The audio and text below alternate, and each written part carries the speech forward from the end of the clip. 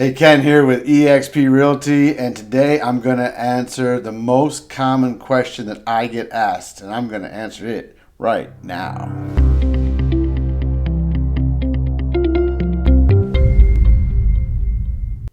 Hey, Ken here with eXp Realty. I am a realtor in the Lehigh Valley. I service Lehigh, Northampton, and part of Carbon County.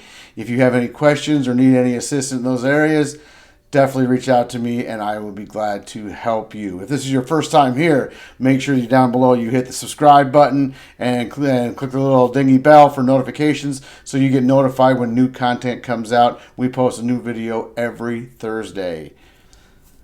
Today we're going to answer the most common question that I get asked, and that is, how much money do I need to buy a house? I'm going to break it down. I'm going to cover it for you in today's video. We're going to use, in this example, we're going to use a $200,000 house with $4,500 in taxes. It's pretty common around here. So if you're buying a little bit less than that, it might be a little lower. If you're buying a little bit more of a house than that, it might be a little higher. But these numbers are pretty much the same. A lot of them are static. That means they don't move percentage-wise with the purchase price. So we're going to use a $200,000 house, $4,500 in taxes. First thing that we purchase is title insurance. That's insurance that makes sure that we get the house free and clear, and we own it free and clear of any liens and encumbrances for our entire life, and they handle the closing process and the transfer. In this situation, it's about $1,500. Your next expense is going to be transfer tax. That's a 2% tax. But it's 1% paid by the buyer, 1% paid by the seller. So you as the buyer would pay 1%, that's $2,000. Your next big one is property tax. Now, property tax gets prorated and broken up. Some goes to reimburse the seller, some goes to your escrow, so you have an escrow balance so they can pay your taxes with your every year. So your taxes get taken out every month and they get paid every year by your mortgage company. So in this example, it's $4,500. Okay, you have to buy 1 year's worth of insurance, plus you need to escrow 2 to 3 months depending on your lender. So they have a little bit of an escrow. In this example, we're going to use $850. We're thinking about $600 a year for insurance and the 2 months worth of escrow, or thereabouts. So $850 in this example.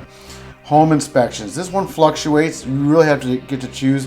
Depends on if you which inspections you pick. You know, radon, septic, and water get a little bit more expensive, but home is about $300 to $400, termites $75, and depending on water tests, septic tests, and radon tests can be more.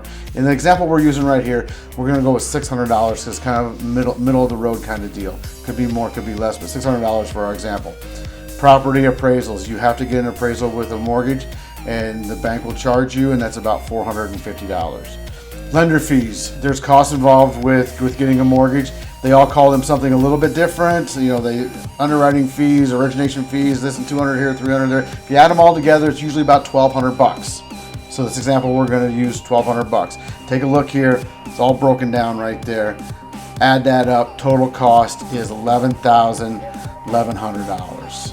Okay, that's cost to buy a house. A $200,000 house with $4,500 in taxes. That's not including down payment. Depending on the mortgage you use, FHA being a 3.5% or conventional being a 5%, VA is 0, but we're not going to go into that right now. So let's use FHA for a great example here. Let's do FHA financing, 3.5% down on a $200,000 house. That's $7,000. Okay, $7,000 plus $11,100 is $18,100. So to purchase a house, $200,000, $4,500 in taxes, you need about $18,100. That's a lot of money. So we can mitigate that number in a couple different ways. There's some of the lenders offer down payment assistance. They will give you a 0% loan for the 3.5%. It means $11,100 coming out of pocket. We can also get seller assist.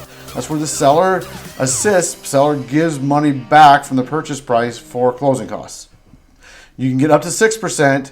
In this market, it's kind of hard to get 6 because 6% would be $12,000. It means we cover all our costs. It's kind of hard to get 6% in the market right now, but getting 2, 3, and possibly 4 is not out of the question.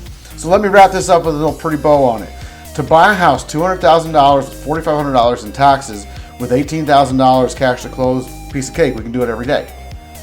somewhere between $13,000 and $15,000 cash to close, pretty doable. A lot of different ways we can get there, very easy to do.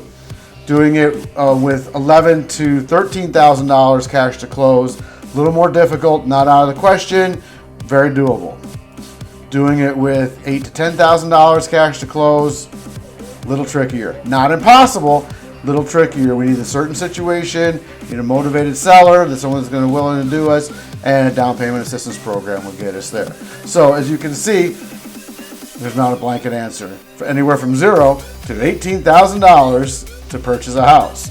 But as you can see, we can always make it fit your needs. If you have any questions about this, reach out to me. I'm always glad to help and answer questions specific to your needs. Drop a comment down here, I'll answer it. And if you have a question that you'd like to get answered on video, just drop it in the comments or send me a message and I will answer your question on video.